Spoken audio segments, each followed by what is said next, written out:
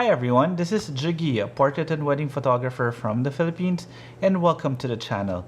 So in today's video, I will be showing you how I use this one, my Sony f45RM, together with a Magmod Mag Sphere, and explain a lighting technique to one of my signature photos, which is the photo that I am showing you now. So before anything else, if you guys haven't subscribed to the channel, now is the perfect time to do so because I am still giving away a beautiful backdrop from Kate Backdrop. It's a collapsible 1.5 meter by 2 meter dual-sided non-reflective backdrop, and the nice thing about this giveaway is that I will be giving the winner an opportunity to be able to choose a design that they actually like. Now to join it is going to be very simple. All you have to do is follow the mechanics in the description below.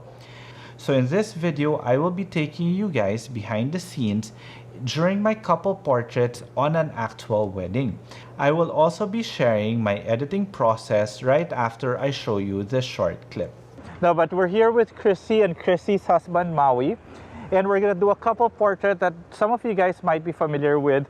Basically, we're gonna shoot them inside the car with a church in the background, and we're gonna underexpose the scene and just pop a flash inside.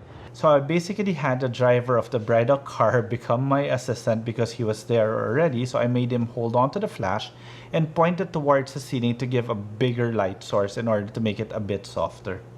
The flash that I'm using, may I borrow? Borrow po, kuya.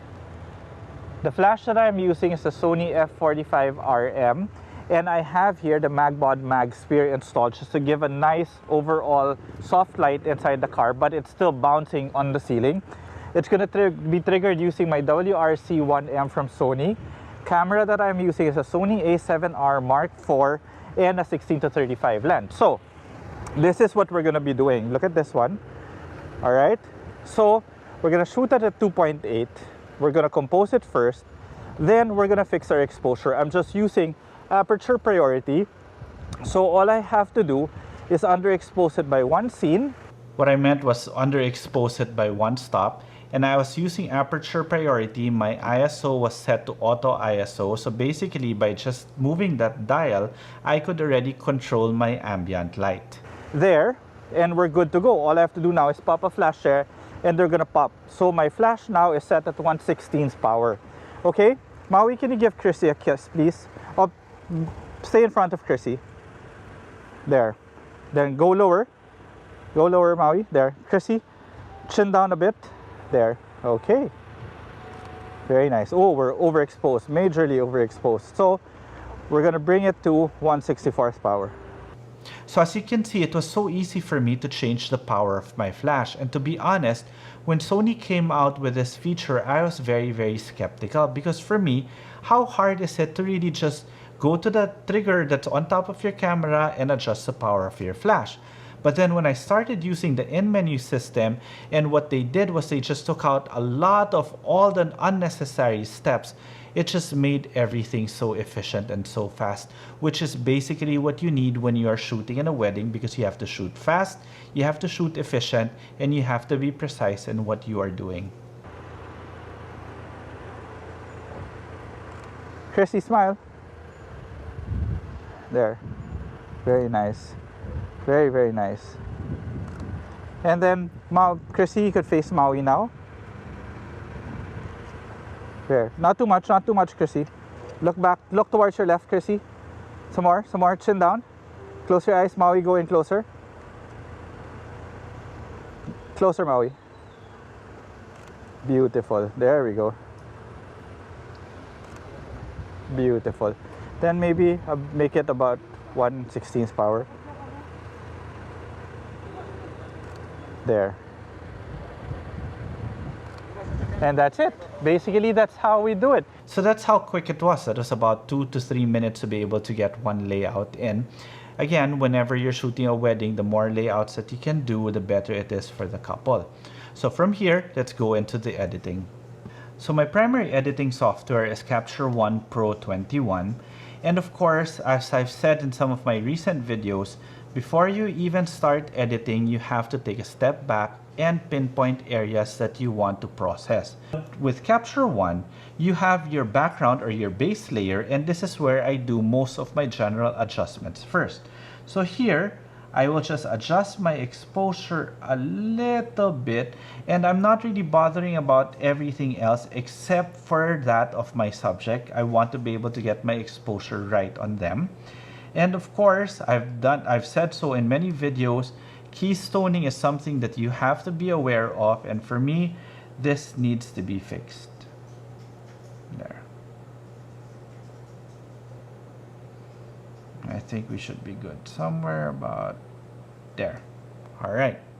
So now that I have my base layer set, now is the time that I do some little tweaking. I can see that there's so much contrast here on the couple's face, so I did an adjustment layer to be able to remove the contrast a little bit there. I'll show you. Look at the face there.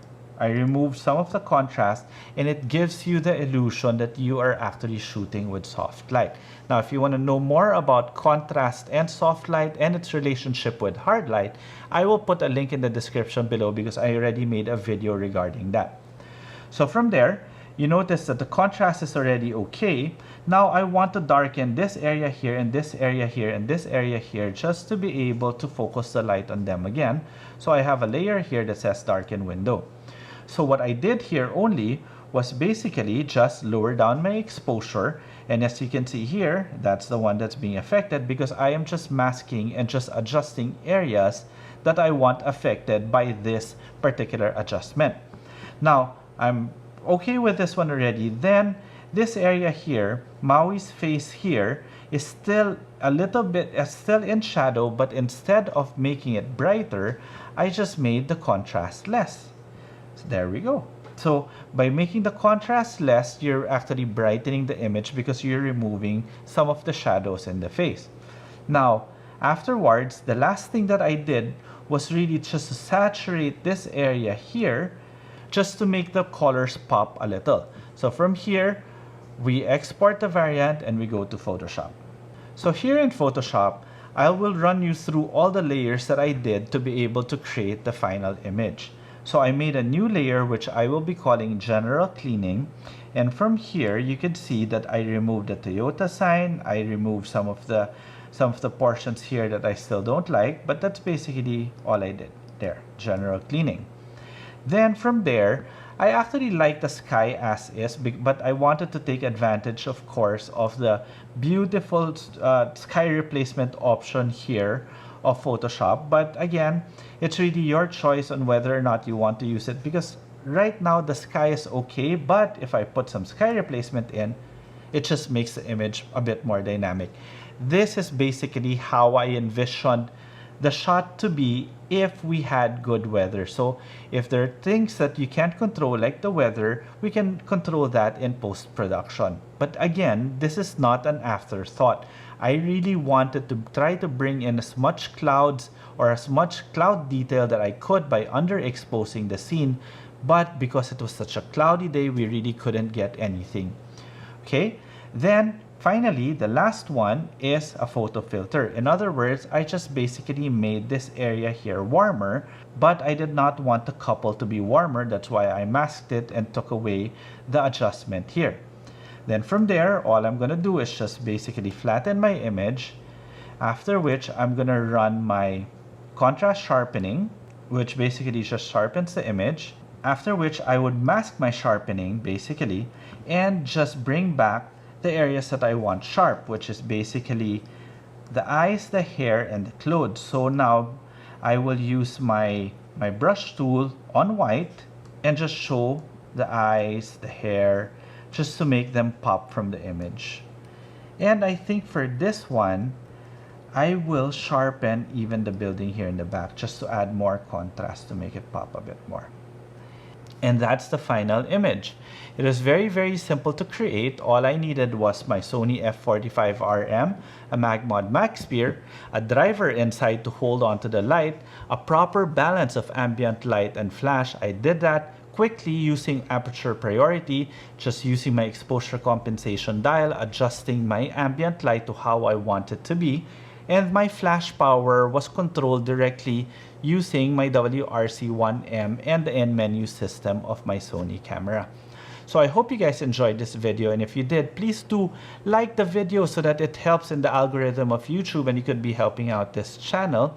And at the same time, if you have any questions with everything that I did today, feel free to leave them in the comment section below. Okay, till the next video.